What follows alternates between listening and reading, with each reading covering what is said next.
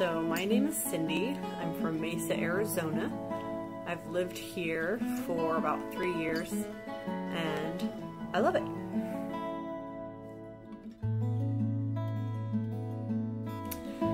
Before I was diagnosed with pulmonary hypertension, I rode horses and I, ran around out on the farm, and I was pretty active. I loved dancing. I was involved in a lot of theater. I had a really good time. So I was definitely a physically active person. I loved singing. So yeah, I was pretty active.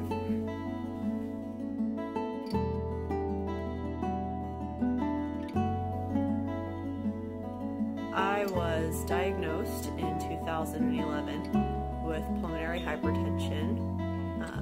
The type of hypertension that I have is called chronic thromboembolic pulmonary hypertension. And basically it just, the easy answer is it messes everything up in my chest.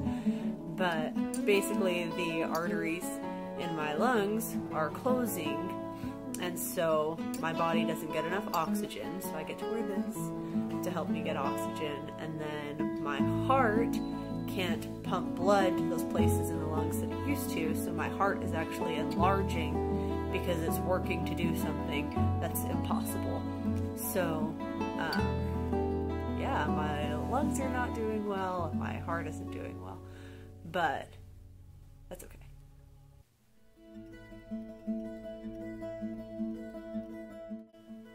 I've had this for 3 years. Like I said, I was diagnosed in 2011. As far as my journey from there to here is, it was just kind of a roller coaster for a while. So basically, we found out that I had it because I was serving a church mission, sharing a message about Jesus Christ in Arizona.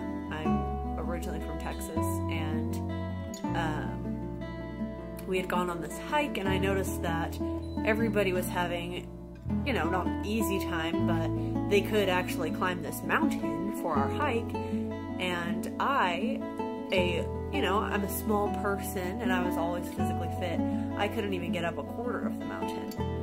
And so that's when we knew that something was really wrong. And so I started going to the doctor, and he didn't know what it was. And then I went to the pulmonary specialist at University of Arizona, and he didn't know what it was. And my doctor suggested to the specialist, hey, maybe she has this thing, pulmonary hypertension. It's not very common, but she definitely has a lot of the symptoms. And I remember the specialist saying, no, she definitely couldn't have that because it's too rare. She just couldn't have it. And so we worked for a while just testing for all sorts of different things that the specialist thought that I might have, until finally we had just ruled out everything. There was nothing else that I could have. And so I went to California, and I had an open heart surgery to work on my lungs to get some scar tissue out of the arteries that had built up. And the surgery, it fixed everything for a couple months, but my body just went right back to how it was before we had the scar tissue removed. So I got really bad again. And then, I spent a lot of time in and out of the hospital, and I had pneumonia, so that put me in the hospital. And it's just been a crazy journey. And then I finally got a doctor who was really familiar with pulmonary hypertension, and he got me on the right mix of medications. So I've been pretty stable for the past year, and that's where I am now. Just been stable in the same shape for about a year, and I'm hoping that this next doctor's visit we can do something to get me a little bit better and out of stable shape and into improving.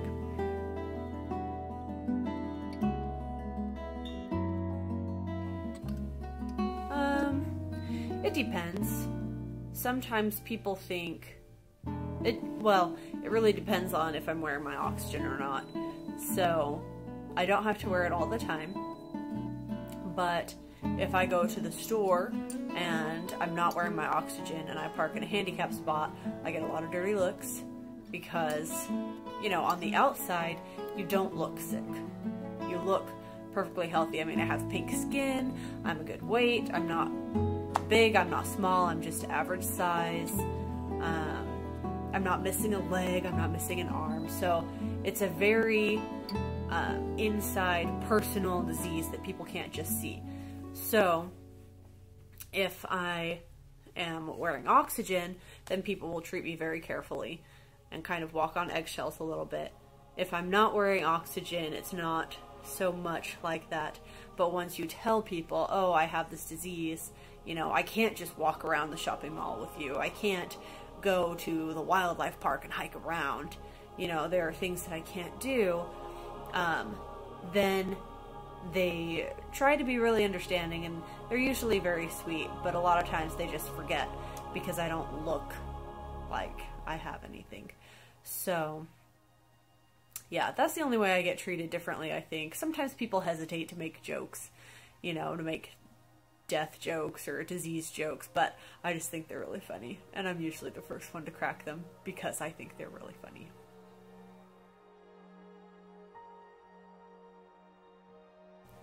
Life has definitely changed since I was diagnosed with this disease. I mean, before I didn't have to wear this fancy headgear, and now I wear it if I know I'm going to be doing anything physically exerting or cleaning the house, things like that, high elevation.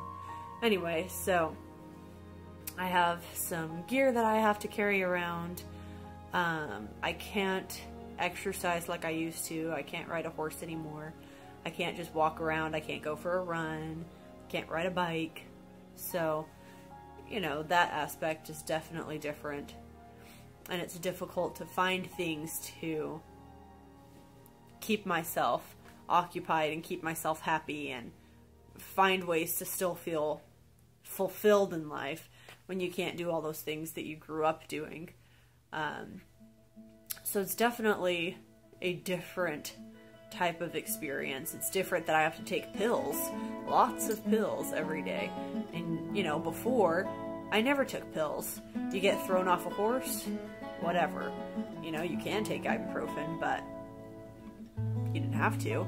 There weren't any medications that you had to take, and now I have to, or else there'll definitely be some really negative results. You know, it's difficult to, I'm so used to just doing whatever I want to. It's difficult now for me to remember, hey, you're sick. You can't just do those things that you want to. You know, I can't just walk around and let my oxygen drop because, you know, my body's going to have a really negative effect, and it could be a long-term effect. It could affect my heart indefinitely. And so I can't just brush it off and say, oh, you know, I'm just sick. It's whatever. It's fine. I have to be a lot more careful with the activities that I choose to do. I have to be really careful just with life in general, making sure that my body is not being overworked and overloaded. Because any little thing, if I get sick, it could have a really negative impact. If I, you know, lift too much, it could have a really negative impact. So I just have to be a lot more careful than I ever was before I got sick.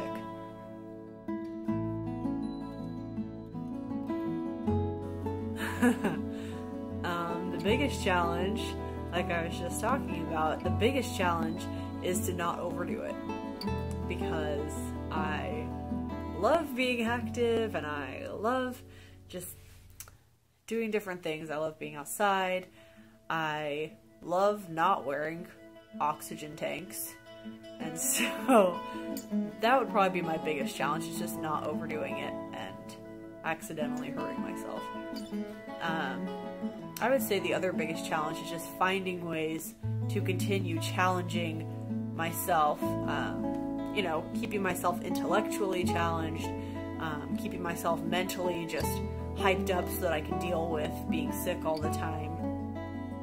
There's definitely a lot of mental challenges as well as the physical ones.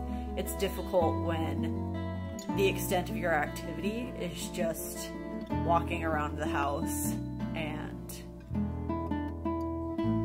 that's it. You know, I'm 26 and that's about the gist of my physical activity. So that part is really challenging. Yeah, those are the two biggest. Just not overdoing it and trying to still, I don't know, not melt away, you know, in my brain.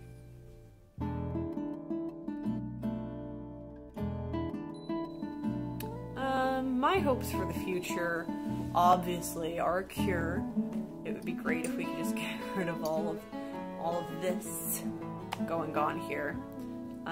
So that would be a really big hope that I have. Another one would be that my husband and I can have children. I don't know if we'll ever be able to biologically have children, but, you know, adopt maybe down the road.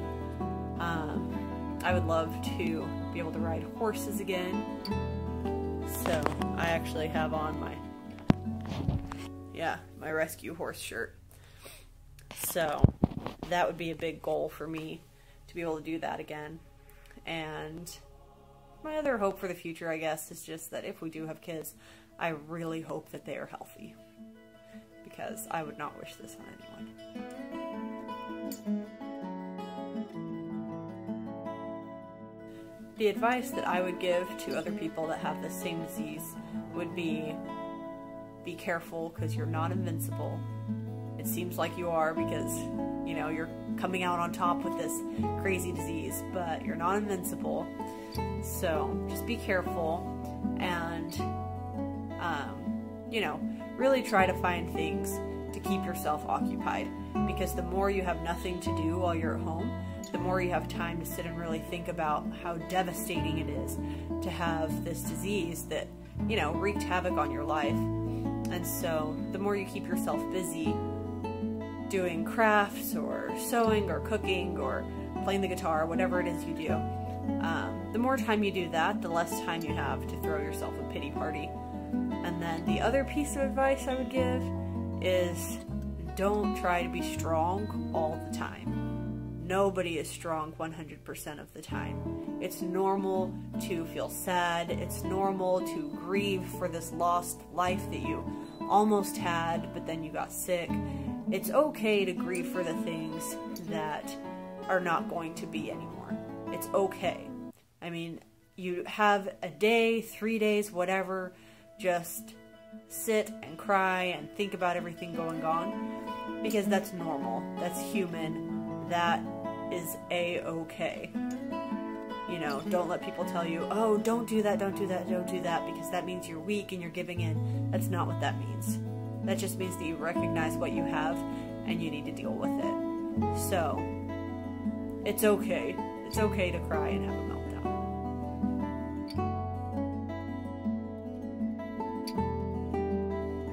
The advice I would give to family and friends is, yes, be supportive.